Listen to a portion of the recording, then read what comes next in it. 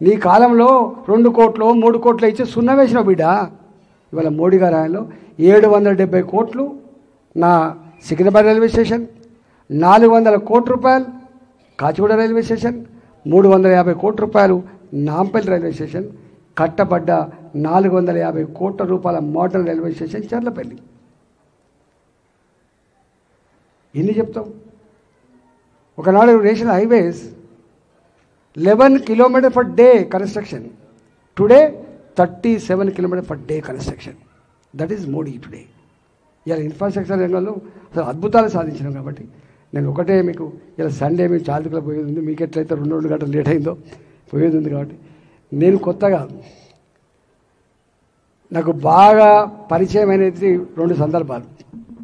ఒకటేమో తెలంగాణ ఉద్యమంలో ఉన్నప్పుడు రోజు చూసేది మీరు, కానీ మంత్రి అంటోడు ప్రజలకు ఆపదత్తే ఎట్లా ఉంటే రియాక్ట్ అవ్వడానికి కరోనా సజీవ సాక్ష్యం. మీ కళ్ళ ముందే కొన్ని వేల మంది లక్షల మంది చచ్చిపోతే నా ఊళ్ళో చచ్చిపోవాలి, మా కుటుంబ సభ్యుల మంది చచ్చిపోవాలి, కుక్క సాగు సావద్దని చెప్పి ఎర్రటి ఎండలో పోయినరు. మీకు ఐడియా ఉండాలి. 1000 కిలోమీటర్లు 200 కిలోమీటర్లు పోయినరు, యూపీ దాకా పోయినరు.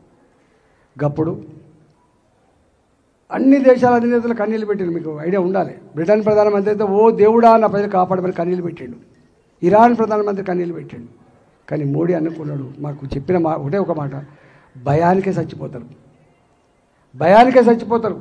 దీనికి మందు లేదు, కరోనాకి ఇప్పుడే మందు లేదు, ధైర్యం ఇచ్చి కాపాడమని చెప్పి ఇవాళ చెప్తే నాలాంటి వాడు పేషెంట్ల మధ్య తిరిగినాను.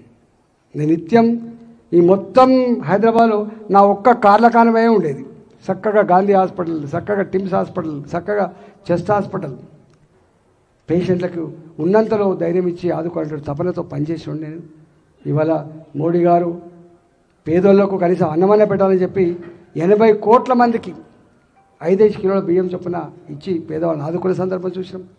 అంతేకాదు ఇట్లాంటి ఈ కష్టకాలంలో కరోనాకి ఒక వ్యాక్సిన్ కనుగొనాలంటే ఓ అమెరికానో ఓ రష్యానో ఈ పని చేయాలి.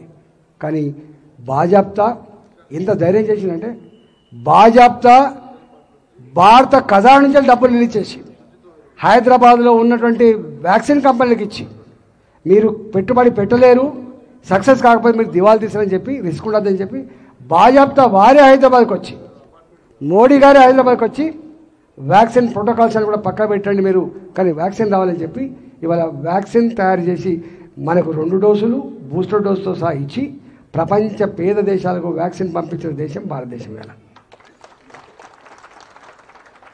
మీరు ఇప్పుడు కొట్టండి. మొన్న ఒక దేశానికి మోడీ గారు పోతే ఆ దేశ ప్రధానమంత్రి కాళ్ళ మొక్కుతున్నాడు. మోడీ గారు కాళ్ళ మొక్కండి అంటే కృతజ్ఞతగా నువ్వు మా దేశాన్ని కాపాడినవంటాడు భావన. ఇవాళ శ్రీలంక కాపాదొచ్చిన మనమే ఇవాళ అన్నిటికంటే గొప్పది ఏ జమ్మూ అండ్ కాశ్మీర్ ప్రతి నిత్యం రక్తం అక్కడ చిందిందో ఇంతెందుకు హైదరాబాద్ చిందలేదా? Gokul chat, Saibaba temple, Dilsukh Nagar, Lumbini park, ఎన్ని బాంబులు పేలినాయి, ఎంతమంది చనిపోయినారు, ఎంతమంది క్షతగాత్రులైనరు, ఇప్పటికీ ఆనవాళ్ళు మనం వెంటాడుతూ ఉంటాయి. కానీ అలాంటి జమ్మూ అండ్ కాశ్మీర్లో 370 ఆర్టికల్ తీసి పడేసి భారత వైపు నా కొడుక కన్నెత్తి చూడదని చెప్పి మెసేజ్ ఇచ్చిన వ్యక్తి మోడీ గారు, గుర్తుపెట్టుకోండి. అంతేకాదు మీకు తెలవాలి, బలూచిస్తాన్, పాకిస్తాన్లో ఉన్న బలూచిస్తాన్, పాకిస్తాన్ ఆక్యుపైడ్ కాశ్మీర్, ఆ 2 కూడా మేము భారత్లో భాగమైతే బాగుండనే స్థాయికి వచ్చింది. ఇవాళ మేము భారతదేశంలో ఉంటే బాగుండనుకుంటాను కదా. అందువల్ల మోడీ గారు ఏదో వాటికనే బాయ్ చెప్పి ఇలా నన్ను ఆశ్రయించమని చెప్పట్లే. వీళ్ళలేక ఎన్నికల ముందు అనేక రకాల హామీలు ఇచ్చి ఒడ్డెక్కేదాకా ఓడమల్లప్ప, ఒడ్డెక్కినాక బోడమల్లప్పలాగా చేసే వ్యక్తి కాదు.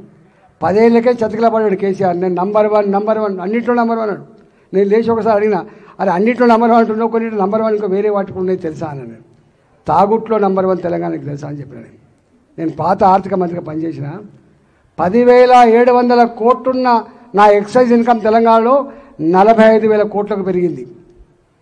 ఆ 45,000 కోట్ల వెనుక ఎన్ని పుస్తల తాళ్ళు తెగిపడుతున్నాయో మీకు తెలుసా కేసీఆర్ గారిని చెప్పి అడిగిన. నేను నీవిచ్చే కళ్యాణ లక్ష్మి చెక్కుల రూపంలో ఇచ్చేది 2,500 కోట్లు అయితే పుస్తల తాళ్ళు తెంపడానికి 45,000 కోట్లు తీసుకుంటామని చెప్పినాడు. ఇలా కాంగ్రెస్ ఇచ్చింది హామీలు మస్తు ఇచ్చింది. కాంగ్రెస్ వేసి పడేసిండు. రేపు తెలుస్తుంది. జీతాలడానికి పైసలు లేవు. ఇక మా అశ్వత్థామరెడ్డి ఇక్కడికి వచ్చిండు. ఆర్టీసీకి పైసలు బాకీ పైసలు ఇవ్వడానికి పైసలు లేవు.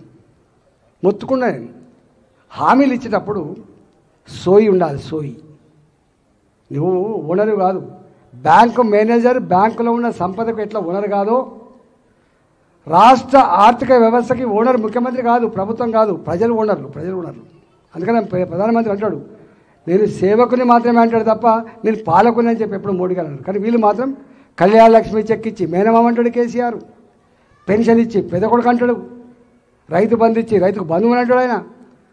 ఇవాళ ఈ ముఖ్యమంత్రి వచ్చి ఈ 10,000 రూపాయలు ఏం పిషాది, నేను 15,000 రూపాయలు ఇస్తా అంటాడు. 2,000 రూపాయల పెన్షన్ ఏంది 4,000 ఇస్తా అని చెప్తాడు. ప్రతి మహిళకు 2,500 రూపాయలు ఇస్తా అని చెప్తాడు. ఆటో డ్రైవర్కి 12,000 రూపాయలు ఇస్తా అని చెప్పిండు. ఇట్లా ఇచ్చిన హామీలు చూస్తే 5,000 కోట్లు కూడా అదనంగా ఖర్చు